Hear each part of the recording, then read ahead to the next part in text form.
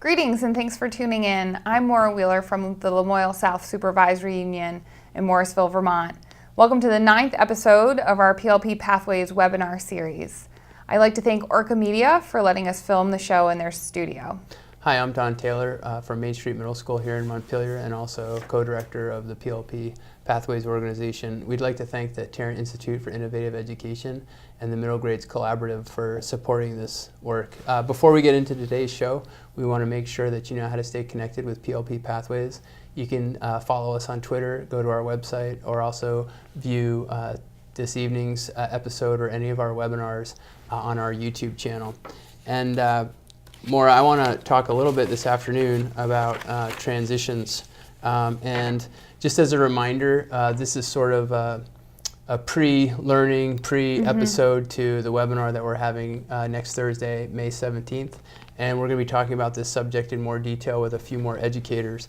But for those who are enjoying spring now, it's finally a beautiful spring day, and we're sort of transitioning in between the seasons.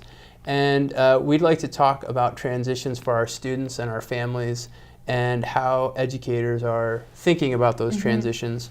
So in my situation, I teach on a multi-age team. I have 2 years with kids, so I have a cohort of 7th graders, a cohort of 8th graders. And as we're headed into the spring, we're starting to think about that transformation phase of the personal learning framework. And so one question I have for you, at your schools, the schools that you work with, how are they addressing transitions? How are they preparing students for that emotionally, academically? And how might that be reflected on their PLPs? And what are the events that are taking place to ensure that those transitions go smoothly? So I think there's two pieces when we're thinking about the transition. The first is, we have transitions coming into middle school. So we have some, early adolescents who are getting ready to, for the first time, leave the elementary school that they've attended for a really long time. So we have 5th graders going into 6th grade in one of our schools and 4th graders going to 5th grade for one of our schools. And then we also have our 8th graders who are stepping up into high school. And for each of these transitions, we really think about, what are the moments of celebration? What are the rituals that we have? And one of the things that we think about are these culminating events. So how are we creating spaces for students to really present their learning? And we also do this for all of our kids in between each of the grade levels. And so we oftentimes utilize the PLP and different PLP showcases, and they have different formats. Some might be an after-school event with parents invited. We also have, our 8th graders, they go to their next year's TA with the kids that they're going to be with and share their PLPs with their peers that they'll be with in high school and their new TA teacher. We also have, next year's grade level teachers will come down and meet with kids, and the PLP is really the center of the conversation, building on successes from this year and starting to preview some potential goals for the following school year. Yep, and I think I like some of the language, I wrote it down, some of the language that you're using around ritual and moments of celebration. I think that's really important, especially for middle schoolers, to kind of celebrate what they've accomplished. And academically, I love what you're talking about in terms of having families come in and using the PLP as a platform to recognize growth and learning. And I think that's really important for everybody involved to kind of stop for a second and see where these kids are. I was in a conversation today where we were thinking about reflecting on the community relationship webs that kids have made, their principles and values, and also asking kids some really big questions about, what have you accomplished over your 2 years in our program? What are you looking forward to? What were strengths and challenges? And then also thinking about goals that they can be setting over the summer. How do you bridge from our current program into the high school with health and wellness goals or with reading goals? How do you stay connected? And then finally, one point I think too is the use of technology to facilitate some of these activities, including having kids screencast their PLP, have them give some presentations so they have artifacts that they can look back on even 2 years from now and say, hey, look, this is what I was doing as an 8th grader. And I think just thinking about how you want to bring these things to a culmination and also what the transformation is that's happened in, with your kids and how do you get them to recognize that and articulate that.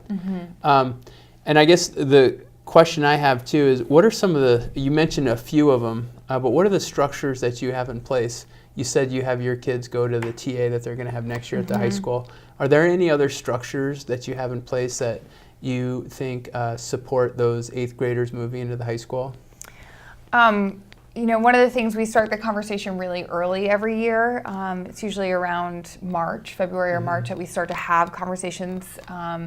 In both of our schools, actually, we're very lucky that our middle level and our high school, they share the same campus. And so we are lucky in that sense that, you know, geographically we can partner in that way. I think, so you asked about some of the key pieces that we use, and it's everything from doing visits and shadows to, you know, right now thinking about our 4th graders who will be coming over into 5th grade. Our principal goes and starts meeting with them early, and we host, and so we have a parent night coming up where parents and kids can come together and start talking to their next year's teacher, but really trying to plan ahead. These are big milestones for kids in their education, and it can be both a point of celebration and also a time of some anxiety and some worries about changing schools. And so I think as much as we can provide avenues and spaces to help them with that transition, it's really great. Yeah, and I think the one final thought I have is that this is a great time to ask kids what went well and what they'd like to see changed. And in our next conversation, we're going to be talking about the evaluation of our programs.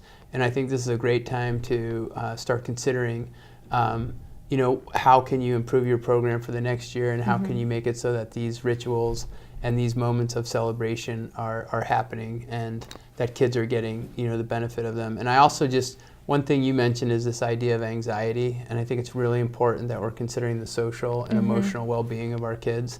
And the other thing, it's really important that we're considering that all kids get the information. And so when we do have parent nights, are we making sure that all the parents know? And are we putting these things out in multiple ways so that all the parents have access to that information, and that all of our children are equally supported across the board? So thank you very much. We'll be talking more about this next Thursday, May 17th at 3:30. And again, as you're planning either for the remainder of this year or next year, don't forget about those transitions and how important they are for supporting kids in your program. Again, this is PLP Pathways. Thank you to Orca Media, the Middle Grades Collaborative, and the Tarrant Institute. We appreciate their support, and we'll see you next time. Thank you. Thanks.